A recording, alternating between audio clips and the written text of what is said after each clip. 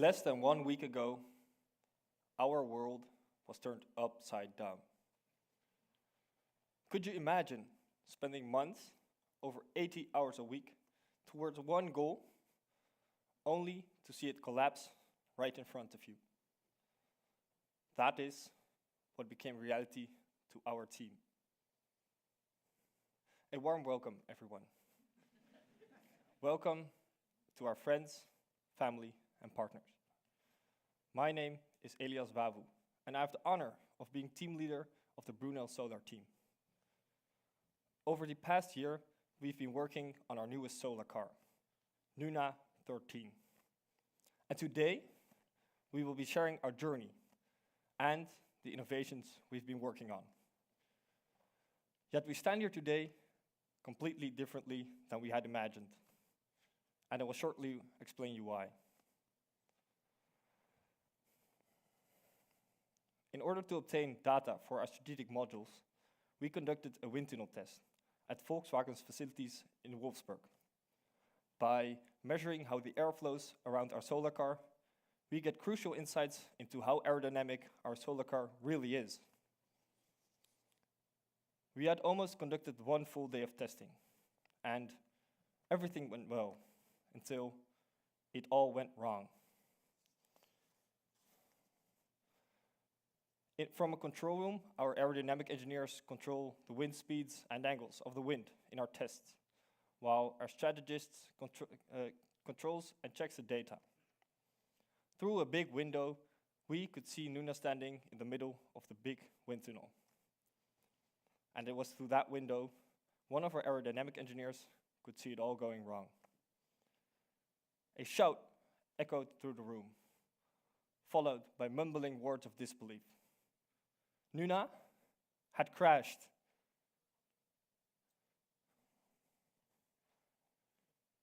How would you have reacted if the project you had been working so hard on for all those time had just scattered into pieces?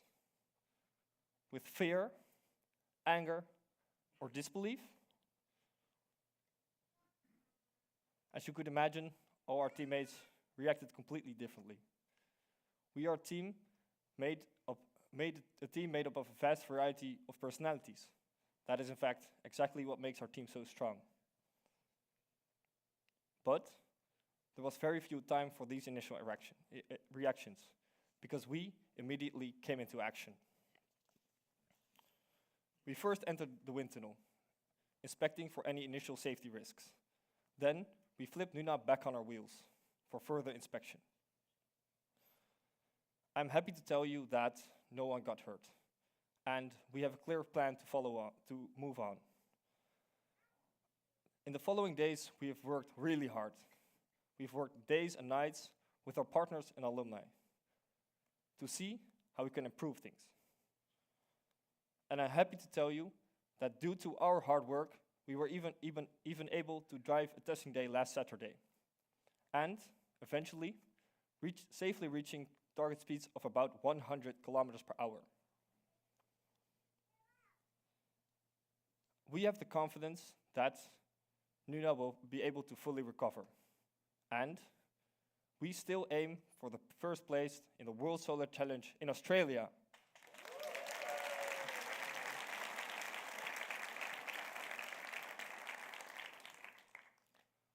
Looking forward, we will have to work hard. We will have to improvise. We will have to call upon our alumni and partners. But our determination has grown stronger than ever. And even more important, we have learned something from this experience. We are resilient. We are not withheld by any setback. And together, as a team, we will get over with it. And that is of big importance. Because as a solar racing team, we are surrounded by setbacks. And it is the way we cope with these setbacks that distinguishes the good from the best. And that makes this journey not only a journey of building the best solar car, but also a journey of personal development and becoming a better version of yourselves.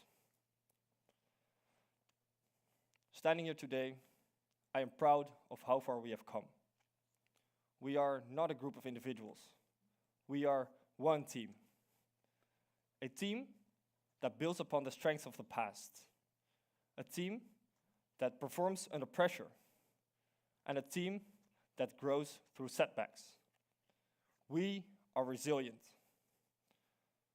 But instead of only hearing from me, I'd like to introduce you to the man who has guided us through this all. Please give a warm welcome to our team coach, Mark Lammers. Yes. Thank you very much. Good afternoon, everybody. I'm so proud to be here with this team because, well, this is a high-performing team, and we can learn a lot from this team. A high-performing team is a team who are selected and they want to win the gold medal in Australia. And the nice thing of a gold medal is that you don't have 100% influence on winning and losing the game. You only have 100% influence on your circle of influence one, it's yourself. How can I improve myself? How can I improve the team? Because circle of influence one, it's me. Circle of influence two is the team. Circle of influence three are the others. The opponents, the organization, people, the politics. We don't have 100% influence. Like in top sport, you don't have 100% influence on the umpire. Circle of influence 4 is the circumstance. You can't change the circumstance. It's 1 month earlier now. So they had to speed up the process. You can't complain about it. Immediately adapt. Circle of influence 5 is the result. The result is following up of all those circles. So this team is focusing on continuously improving. What can we do better? And they're not used to work like a team because they studied many years alone. And now they have a common goal. They have a common why. The common why is to make the world better. That's a purpose. Every good company has a really nice purpose. You want to help the world. They want to help the world to get better and better. The common goal is that they want to win the race in Australia. It's like in top sport. We have a common goal. If you don't have common goals in your company, you don't need each other. They need each other. They have a lot of diversity in the team. And they work with the diversity. They did a lot of MBTI, Myers-Briggs type indication. Insights or DISC. They also went to Deloitte to see what's the difference between the players. Because if you don't like somebody else, it's because you're allergic for the other. So it's your fault. It's not the fault of somebody else who is different. It's because I have a different growing up situation. I have different values. So somebody else is not wrong, somebody else is different. And we need to recognize the difference between each other. We need to recognize it and to know why I'm allergic for you. And we worked on it. And they have a common goal. And with the common goal, everything is important that the team is first. Yeah, but I like this. No, no, no. What's the best for the team? Yeah, but I prefer that. No, no, no. What's the best for the team? And I like to think about the growth mindset. They have a growth mindset. High-performance team have a growth mindset. They continuously try to improve things. And they did it with the new Nuna. They made a lot of innovations, a lot of improvements we made. And of course, for them, it's the first time they do it. So it's not easy. It's not that they do it every year. And this is a high-performance team because they don't have a coach. I'm only helping with the mental part. But they don't have a teacher. They don't have a professor. They don't have a daily coach or a boss like in the company. They don't have. They do everything alone. And of course, they have the alumni. Alumni, they'll help them. They support them. And sometimes they say, take care for that, take care for that. But the nice thing of a high-performance team like them is that they are the owner. They're the owner of the plan. And I think that's the big thing we can learn from this team. They don't have a leader. They don't have a professor. They only have themselves. And they ask for help. They helped me for communication. I used a lot of circle of influence, I told you. And we worked a lot on the growth mindset. And I tried to help them to get in the flow, but they have to do it. And if you're in a flow, everything is going well. And it's not easy. It's not easy, but you only get in a flow if you have a common goal, you have common whys, and you only get in the flow if you focus on circle of influence 1. That's me. And the nice thing of circle of influence 1 is, doesn't cost money. To have a good mentality.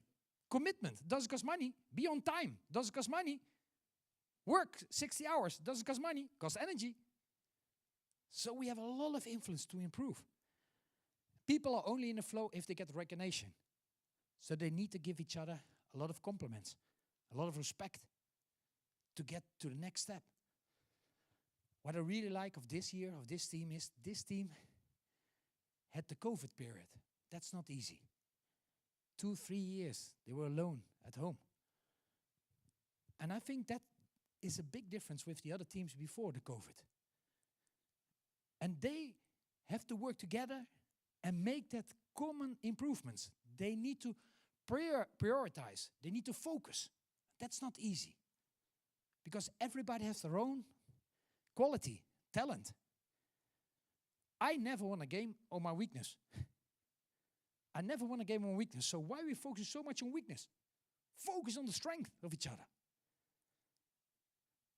And they are not doing any more feedback. That's the big difference. Many companies, they do feedback. And they watch back. This was not okay. That was the wrong thing. That was the wrong of the manager. Was wrong of the sales guys. I don't know. You get negative energy because you blame each other. You have a lot of excuses. Oh, it was the umpire. So in this team, we don't work with feedback. We only work with feet forward. Feet forward. What do we need to do better now? And immediately get positive energy. Why? It's still in front of you. You get a lot of solutions. We work a lot with feet forward. Okay, if we lost the game or there was an accident, you can't change it anymore. So why we discuss a lot about why it went wrong? I immediately ask him, what we going to do tomorrow at 9 o'clock? Yeah, we need to do this, we need to do that. And immediately there was positive energy again. And the only thing is we can repair it and go on. Stop thinking and focus on whose fault was it. Nobody is doing this on purpose. Everybody has a good intention. So work with feet forward. And we asked on feet forward. And of course, it's not easy. This week was maybe the best week for them. They don't realize it, but this crisis, without a crisis, you don't improve. Without a crisis, you don't win a gold medal. You learn more from a crisis than from a good plan. And I think this week was really a crisis. And it was really good for them, because the day after, they were all together in Delft. And somebody is crying, and the other one is angry, and the other one is making jokes. Everybody is different. And they had the time for each other. They took the time for each other. Because we need to celebrate successes, but you also need to take time to have those crises, to talk about it. With one goal, what we're going to do next week or next time. Feet forward. And I remember that also in the top sport, I had really difficult periods. I was 8 years the head coach of the Dutch women field hockey team. But in the first 4 years, we always arrived second. Always second. Second on the European Cup, second on the World Cup, second on the Champions Trophy, second on the World League. But in 2004, we were allowed to play the final of the Olympic Games in Athens. And we thought, now we're going to win. But we lost the final again. And I remember that we lost the final, and there was a lot of criticized to my team. And there was also a lot of criticized to me. They called me Mark Jammers. So, yeah, you're laughing, but I was crying. And I thought I have to stop with it. I'm not good enough. I was a small boy. And I thought I have to stop with it. I don't like it anymore. I also think that some of them think, oh, this is all the work for nothing. And I had also that bad feeling. But there was a small voice in my head. There was a small voice in my head of my mother. And my mother said, Mark, you don't get responsibility. Mark, you have to take responsibility. I was thinking about the words of my mother. And I went to my team. And my team said, the half of team said also to me, I want to stop. I don't like it anymore. Always second. There's a lot of criticize to us. I don't like it anymore. And I don't earn money with hockey. So I stop with it. I said, no, don't stop, continue. I also want to stop, but I continue now. But they said, no, I stop. And remember that my mental coach came to me. Who's coaching the coach? I also have a coach. And he came to me and he said, Mark, if you want them to go on, they need to be the owner and they need to feel why. Why you're doing things. What's the purpose? Show them a story. It's all about storytelling. And I showed them the story about the Olympic Games in Barcelona in '92. On the Olympic Games in Barcelona was Derek Redmond favorite to win the gold medal on the 400-meter running. He trained 4 years really hard to win the gold medal.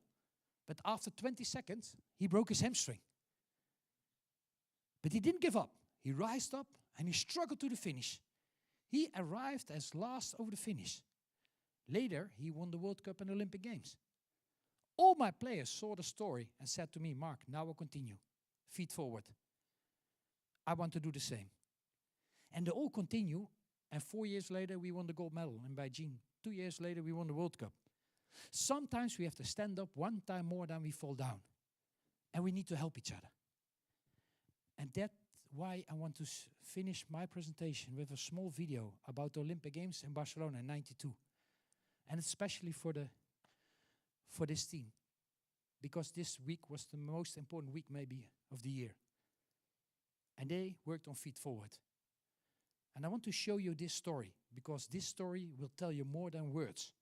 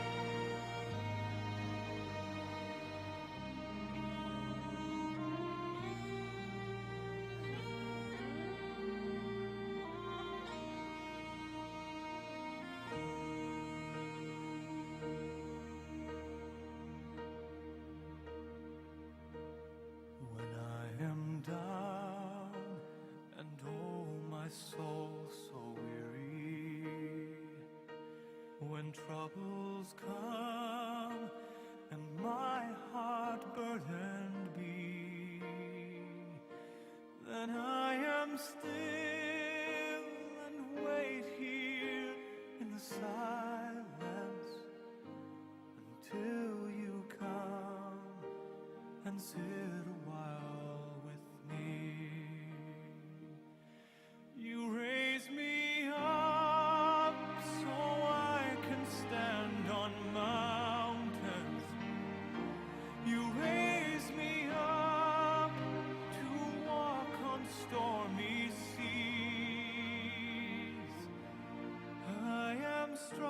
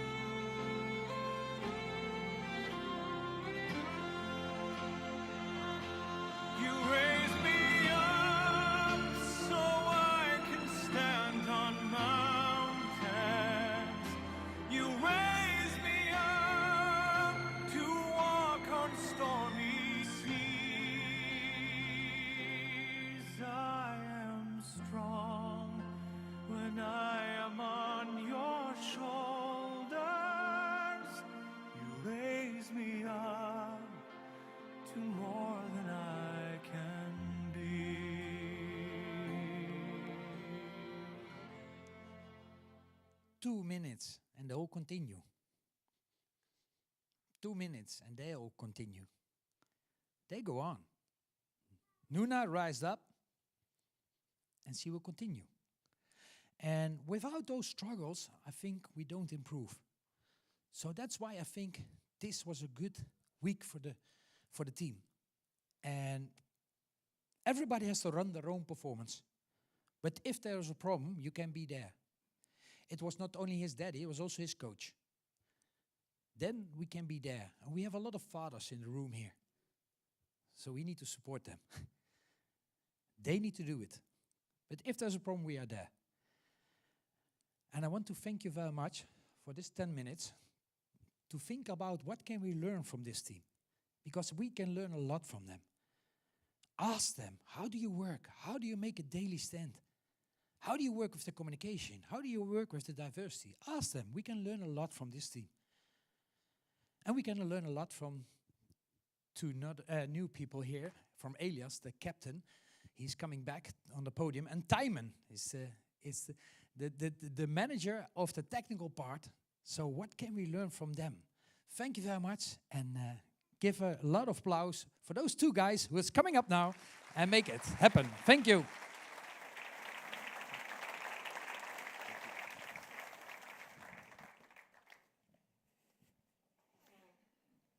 Thank you very much, Mark. Mark talked a lot about a high-performance team. And what you saw in the video just now, and what we have seen in the past week, is a winner's mentality. This winner's mentality has been a part of our team from day one. When exactly 25 years ago, in the year 2000, a group of ambitious students from the Delft University of Technology decided they would enter in the World Solar Challenge themselves. With no prior experience, but boundless energy, they turned to Wubbe Ockels, the first Dutch astronaut and professor at the TU Delft. And Wubbe, he agreed to coach the team, but under one clear condition. They were not there just to participate, they were there to win. And win they did. After a demanding race through the Australian outback, powered solely by the sun, the team crossed the finish line in first place. It was the first ever debut victory, but more importantly, it marked the beginning of a legacy. The Nuna you have all come to see today is built on this legacy. And this legacy spans longer than most modern technology. And right now, Elias and I have the privilege of taking you back on an adventure through 11 participations and 7 titles. An adventure through the evolution of passion, innovation, and relentless teamwork. An adventure that gave us the title of the world's most successful solar team. And after Nuna set the bar for success, we returned to Australia in 2003 with our second solar car, Nuna 2. But this time, it wasn't only about building faster solar cars. We introduced mission control, introducing strategic thinking into the game. Solar racing was no longer just about the machine. It became about making decisions under pressure, data interpreted on the fly, and the emergence of a race day strategy. And it was this strategic thinking that led us to our second victory. 2005, we saw the launch of YouTube, and that of Nuna 3. A Nuna that would scatter all expectations. Nuna 3 would turn out to become the fastest solar car ever built, with an average speed of 103 kilometers per hour. This would even be quicker than the organizers, such that the students from the Brunel solar team left behind a note reading, "Nuna was here," for the organizers to find that we're trailing them. Leading this remarkable team was no other than former team leader Jorrit Lausberg, who still is with us and with our team today as a team photographer. He will be joining us again this summer in our adventure through the outback. In 2007, we saw the introduction of the iPhone. And we, as Solar Races, saw the introduction of a new reality. Due to drastic regulation changes, we were forced back to the drawing board. Nuna 4 had to be fundamentally reimagined. And we did, because this team doesn't step back when the rules change. We innovate. And again, we were the first to arrive in Adelaide. Fast forward to 2013. Nuna 7 became the car that won the challenge before it even started. Competitors were left with their head in their hands when they saw the solar concentrators.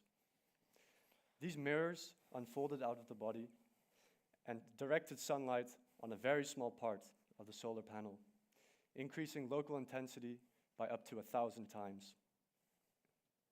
That year defined domination, as we finished the race more than 3 hours ahead of the runner-up. We make decisions based on minutes, so 3 hours truly is a lifetime in solar racing terms. Then, in 2015, Nuna 8 faced one of the toughest challenges yet. We qualified 18th, meaning we would be the 18th team to start the challenge. Passing other teams on the road is difficult enough, and imagine having to do that 17 times. And in the end, we were the first to cross the finish line with a lead of just 8 minutes.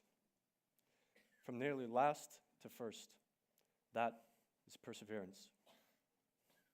And finally, Nuna 9, the smallest Nuna ever built, and the last time we took home that gold trophy.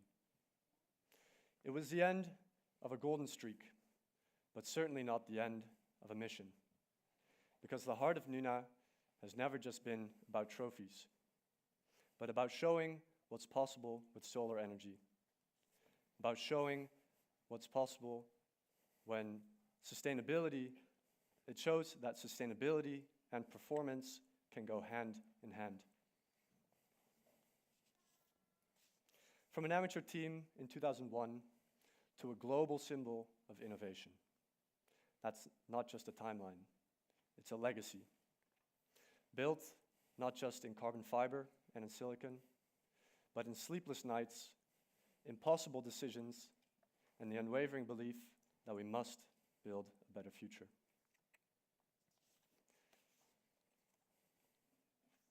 Back in 2005, Nuna 3 redefined what was possible. It showed us what happens when precision engineering and boundless opportunity meets an unstoppable dedication. But today, the landscape is very different. The competition has never been closer. And with each new regulation comes a new opportunity to rethink and to reinvent. And today, you will see a Nuna that embodies this year's focus on innovation. It captures the challenges that are necessary to remain competitive. To stay on top, we must innovate. We must learn to take risks, dare to fail, and then build something better. But what we do is more than just a race in the Australian outback. It's about the impact. And this year, we've reached further than ever.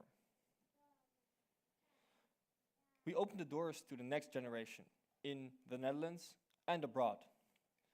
In classrooms, students didn't just learn about Nuna. They became part of it. They helped craft our steering wheel. They helped design our mechanical components. And they created the content that told our story to the world.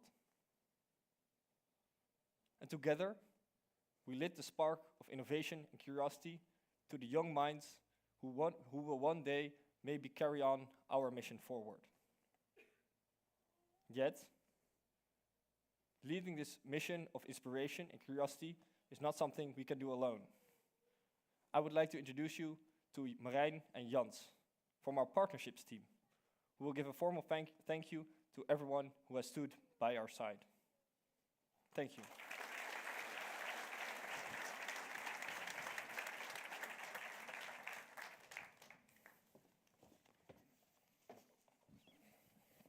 We stand here today with a mission of showing the possibilities of renewable energy, of pushing current technologies to its limits and paving the way to a sustainable world.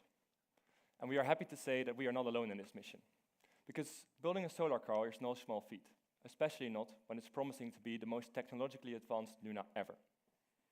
To bring this ambitious goal to life, we needed all the help we can get. And we found it in the many companies that shared our vision and helped us in the pursuit of our goals. This year, we collaborated with over 100 companies. You provided us with the newest technologies and helped us push the limits of what's possible. We want to thank all of you for believing in us. But this year, together, we did more than just believe. We made the step from inspiration to action. Because our goal is to lead by example. And together with our partners, we've made our project more sustainable, reduced climate impacts, and decarbonized our processes. For example, the aerodynamic simulations needed for the design of our car produce a lot of heat, normally contributing to the heating of the Earth. But our partner LeafCloud has done something smart with this extra heat by putting their servers under retirement homes. So, by running these simulations, we've not only made Nuna more aerodynamic, but we've also provided the elderly with a warm shower. And also, in our travels to Australia, we've made a large improvement, and one perfectly in the style of our team. With this orange race container, we can ship all tools and materials required for a time in Australia by sea, which significantly reduces our carbon footprint compared to flying. And it will also function as a mobile workshop during our time in the Australian outback. At least as important to us in our collaboration is the personal touch, the interactions, and the enthusiasm from all of our partners. That helped us keep going in difficult times and made us realize what an awesome project we are working on. We want to give a special thanks to the partners that provided us with the bags of coffee that helped us get through the early mornings, long days, and sometimes even longer nights. To the partners that had engineers from all over the globe working together with our team on innovative projects for our Nuna. To the partners that organized lunches and barbecues to relieve our team in our most stressful time. And to the partners that welcomed us like family. And that brings me to the partner that has been more than just support for us, our main partner, Brunel. For the 4th year in a row now, you've been so much more than the partner that provides our name. I still remember that in the beginning of the year, Jans and I, together with the rest of our marketing team, used your office as the headquarters for the race in South Africa, and you welcomed us with open arms. And we are incredibly grateful for the guidance that you gave throughout the year. You supported us with various trainings, helped us set up strategies, and were always there to challenge us when it mattered most. Even the event today is partly possible because of the help from Brunel. And we can't wait to see what the coming months will bring and what we will achieve together in our time in Australia. And it is thanks to our partners that we were able to build this car. But like us, they have very little experience with building a solar car. And while we've learned so much from working together with our partners and sharing knowledge along the way, the only ones who truly know how to build a solar car are our alumni. They're the only ones who've actually done this before. And without their 25 years of experience, we wouldn't be standing here with this car today. And sure, they can be tough on us sometimes, but we know it comes from the right place. Because deep down, they just really, really, really want to win that race again, and for that, we're incredibly grateful. So thank you for making the times in your busy lives, whether it's in the afternoon, the evening, or somewhere in the middle of the night. And thank you for all the stories, and for turning us, one by one, into full-blown solar racing nerds. Now, being a solar racing nerd means throwing yourself into one of the most intense, exciting, and rewarding adventures you can imagine. But it also means designing by day, testing by night, and realizing that your calculations appeared in your dreams again. It basically means that for one whole year, your entire life revolves around winning the solar race. And because of that, we might not have been home as much as we might have wanted. We had to skip the parties on Friday because there were important tests on Saturday. And many plans were cancelled last minute because we had just come up with an idea that might just save us 30 seconds in the race, and we really have to test if it was worth it to try. But we still want to thank you, our friends and family, for supporting us along the way. For me, many friendships changed from drinking beer in the bar at 3 to sipping tea on the couch at 9. And when someone had a rare Sunday off, all they wanted to do is go home to their parents. Because they knew with you, they could really get rested, crash on the couch, and be cared for with a serving of their favorite meal. And in those moments when we were around, you would always ask, how's the car? And that question became kind of a tradition. Every family dinner, every phone call, every cup of tea on the couch, it all started with, so, how's the car? And you asked it with a genuine curiosity, again and again, even if you had no background in solar racing, no idea what telemetry is or what we mean by race minutes, you still wanted to know everything. And that simple interest, that meant a lot to us, and it really kept us going. But this is also where things got tricky. Because as much as we wanted to show you every detail, the wild new ideas, the high-tech solutions, the new design, we couldn't. Not yet. Because secrecy was part of our strategy. And so we mastered the art of the vague answers. Smiles, nods, maybe a mysterious, it's going well. While inside we were bursting with stories we couldn't tell. But today's the day you finally get your answer. How's the car? Well, she's beautiful. She's fast. She's groundbreaking. She is Nuna 13. But before we reveal her to you, we want to give a little insight into what's ahead. Currently, we are in our testing phase, in which we are transforming our team from a design team into a race team. There are protocols for everything that can happen during the race, and we need to learn them until we can dream them. For example, if we're not able to quickly swap a flat tire, we could lose crucial minutes, which could be the difference between winning and losing. Now, we have 5 more weeks left in the Netherlands, and our weekends are filled with tests on the circuits of RDW, DAF, and Circuit Zandvoort. And after 5 weeks, the entire team will fly to the land down under for our final preparations. Next, I'd like to welcome Daan on the stage, our chief engineer, who will tell you all about our time in Australia.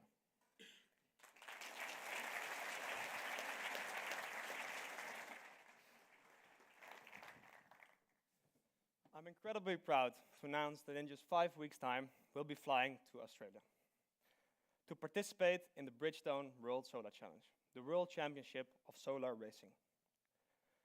This legendary race kicks off on August 24th and stretches 3,000 kilometers straight to the heart of the Australian outback, all the way from Darwin to Adelaide.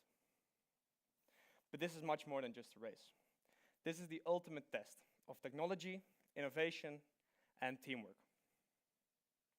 It all begins in Darwin, at the Hidden Valley Circuit, where about 40 of the world's best universities line up and try to set their fastest lap. The faster your lap, the better your starting position when the race officially begins. At 9 a.m. on August 24th, the race starts. Then the solar cars set off, one by one, each 1 minute apart. For 5 full days, we drive on public roads between trucks, camper vans, solely on the energy of the sun. After a full day of racing, at 5 p.m., the organization draws a line in the sand. And that's where you stop. Most of the time, this is in the middle of the desert. Surrounded by kangaroos, spiders, and snakes, we sleep under the incredible Australian night sky, without showers, toilets, or even running water.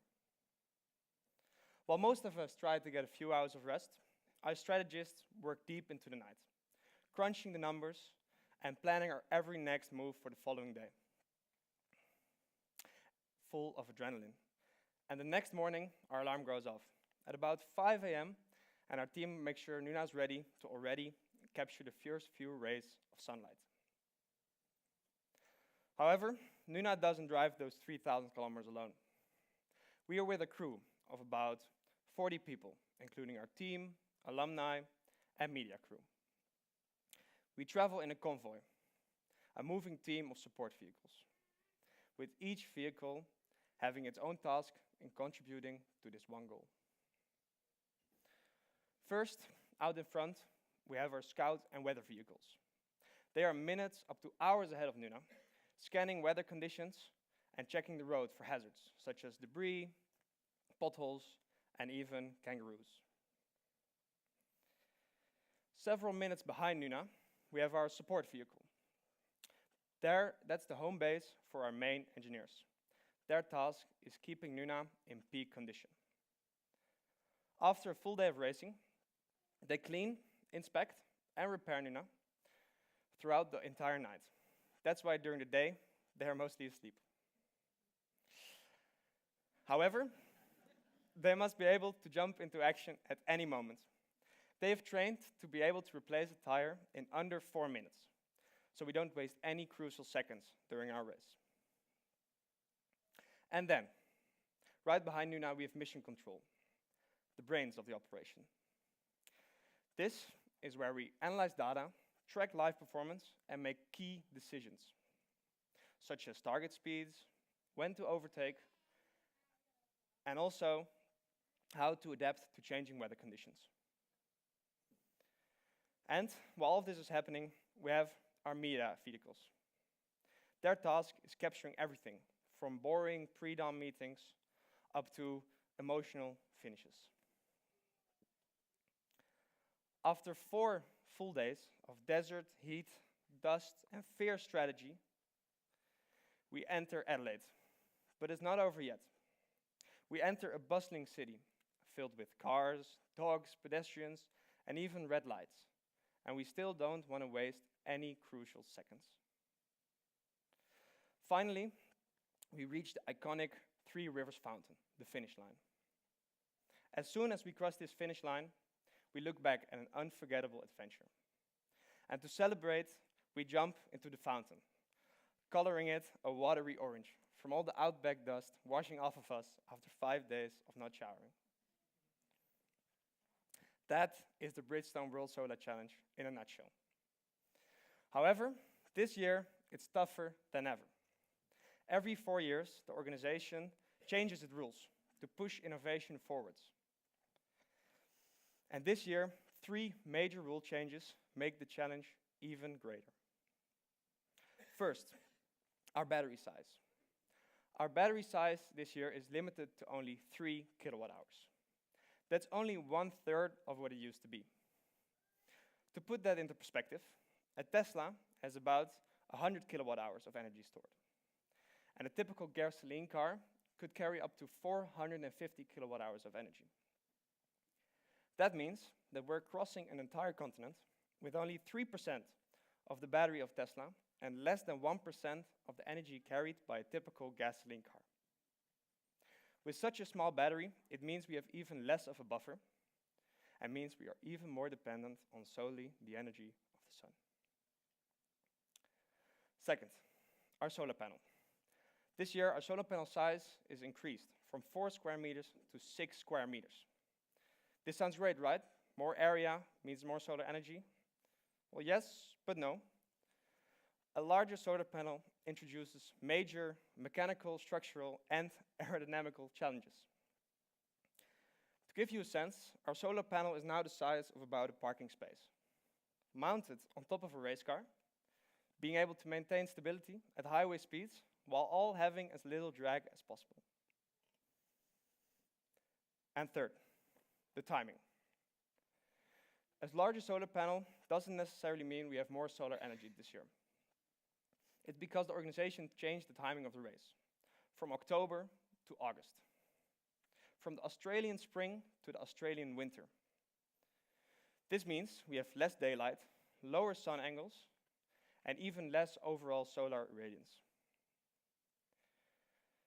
And on some parts of the route, we now expect up to 30% less solar energy than in previous races.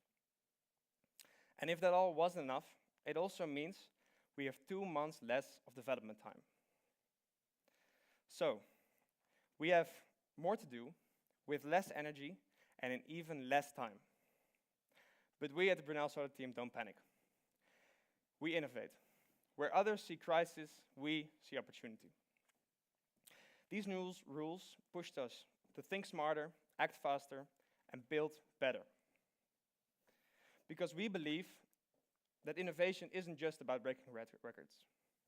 It's about inspiring others to dream bigger, act bolder, and shape the future. And with that, I'd like to hand over the word to Gilles and Henk, our mechanical and structural engineer, who will tell you more about the next generation of solar car, Nuna 13.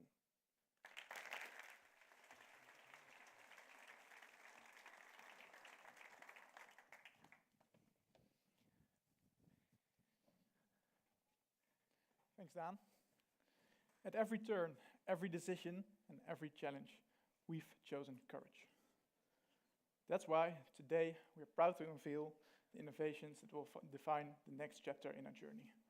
The car that will drive the 3,000 kilometers the fastest. Let's begin with our powertrain, because every great car needs a powerful motor. Ours is custom built, completely ironless and fully integrated in the wheel hub. Thanks to its radial flux ironless design, we've managed to reduce iron losses, which means the motor delivers an ultra-efficient conversion of electrical energy to mechanical energy. In fact, it's the most efficient motor ever in a Nuna, reaching an operational efficiency of up to 97%. Also, it's the first ironless motor of its caliber ever in our team's history. A great milestone in our ever greater pursuit of ever greater performance. But even the most efficient motor still needs power. This power comes from our new, larger 6 square meter solar panel, built with top-tier silicon solar cells. After a long search and a lot of testing, we selected the cells most suitable for our race. But the cells alone aren't enough.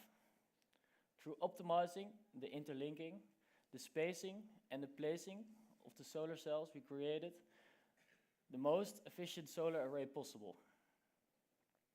How efficient? Double as efficient as the solar panels on your roof.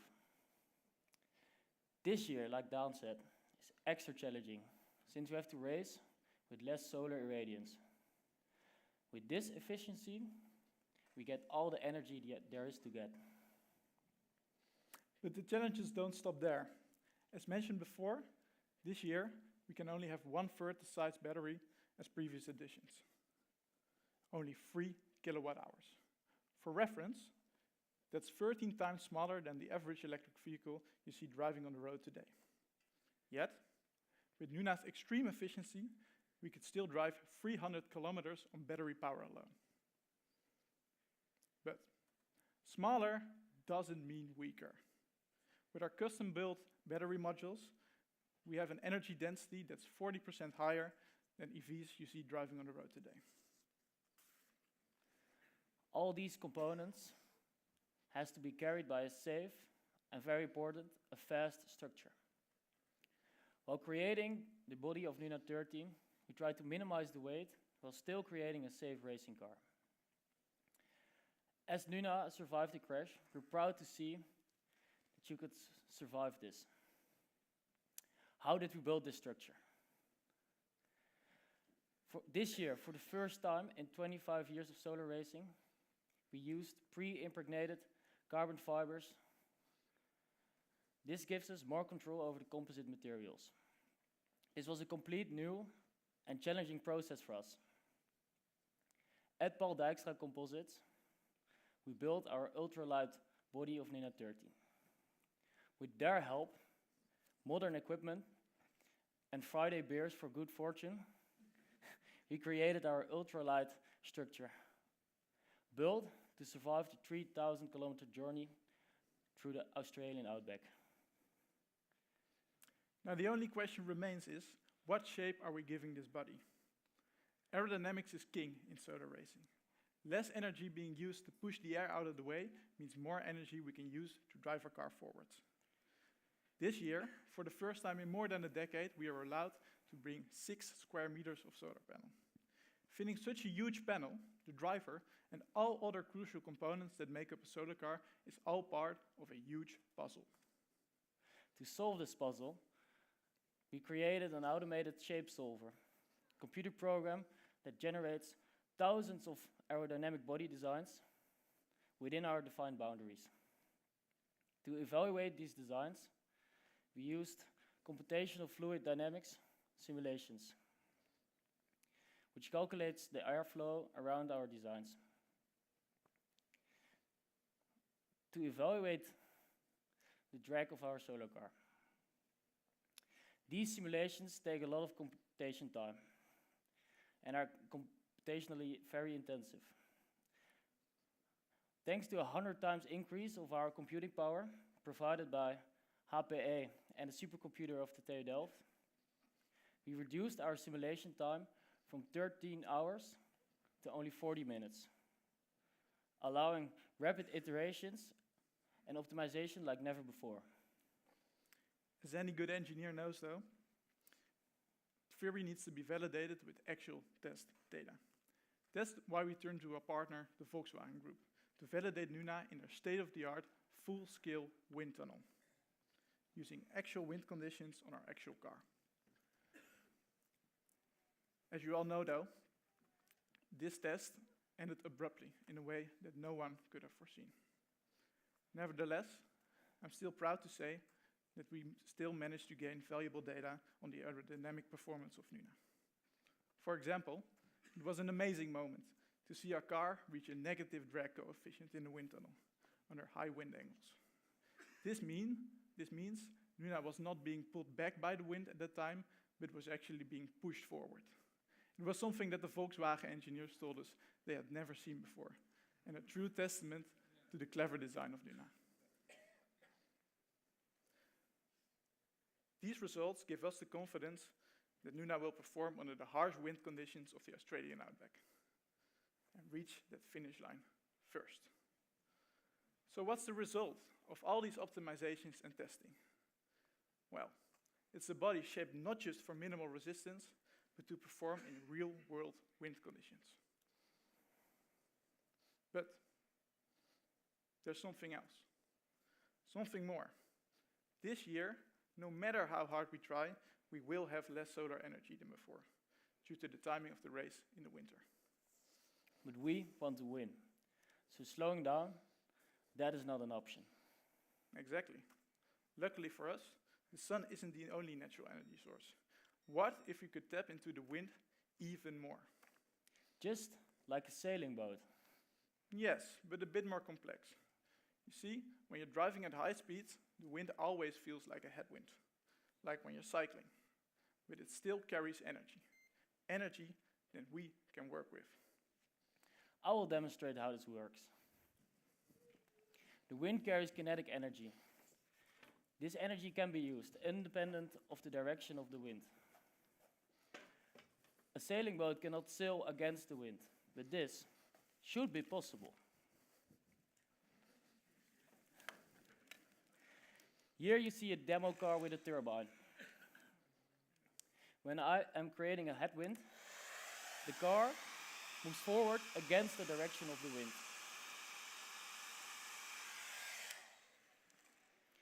We've seen this before, older Nuna designs benefiting from favorable winds. But we cannot choose those conditions. No, we cannot, unfortunately. But what if we could design a car that could adapt to them? But we cannot place a windmill on our car, can we? No, sure we can't. But what if instead of these 7 blades, we would use just one? A pitching blade that is able to extend and retract when the wind is beneficial. Wow, imagine that. Well, today, you don't need any imagination.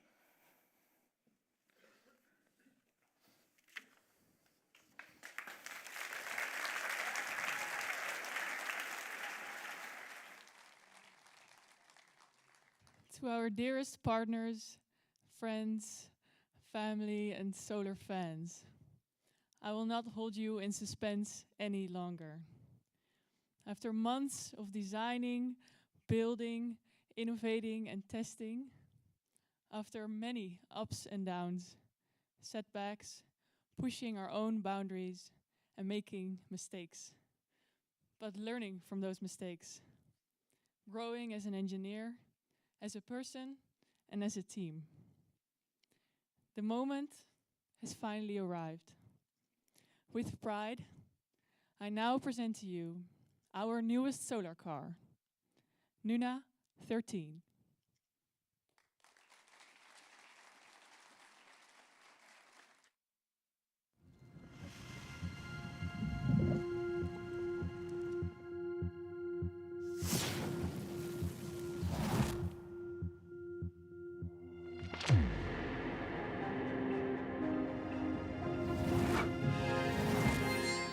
fantastische Nederlandse prestatie tijdens de World Solar Challenge in Australië. Het is weer gelukt. De studenten uit Rotterdam en Delft hebben voor de tweede keer de World Solar Challenge in Australië gewonnen. De derde keer in successie hebben studenten van de Technische Universiteit Delft de World Solar Challenge gewonnen. De universiteit heeft de prestigieuze race 4 keer op rij gewonnen. Het team van Nuna 6 gaat voor niets minder dan een overwinning. Het is het Solar Team uit Delft opnieuw gelukt.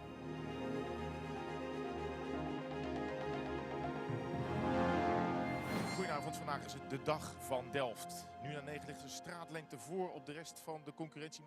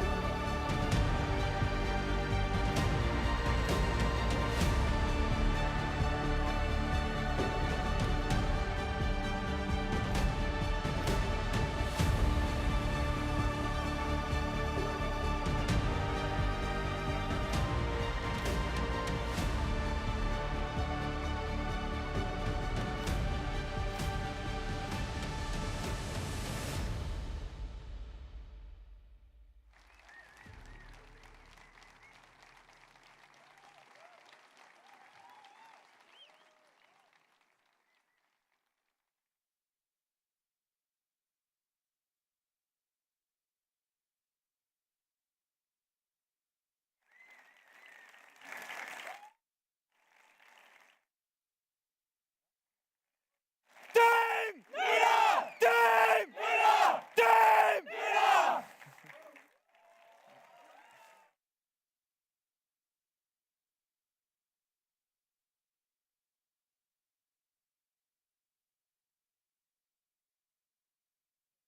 Ladies and gentlemen, thank you all for being with us today.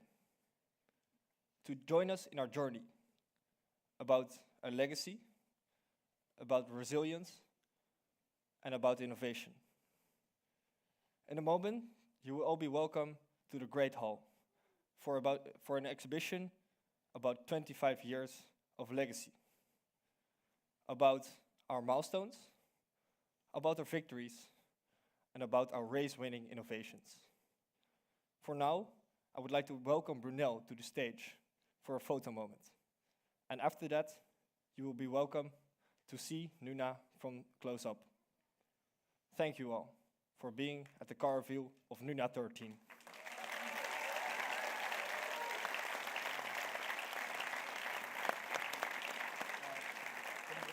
Ja, ze komen nu.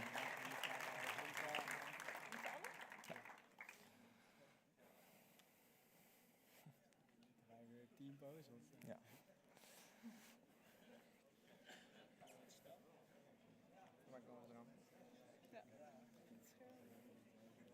Hoezo bij? Huh? Nee, klopt.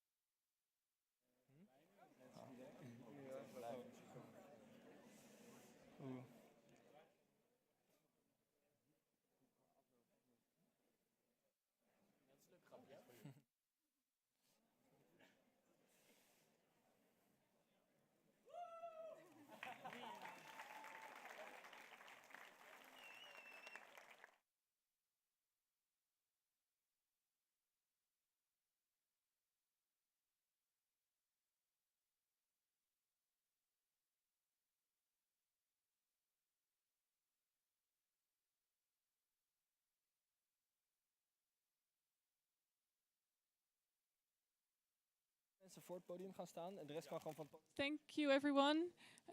You are now requested to join us in the great hall, please, for a drink.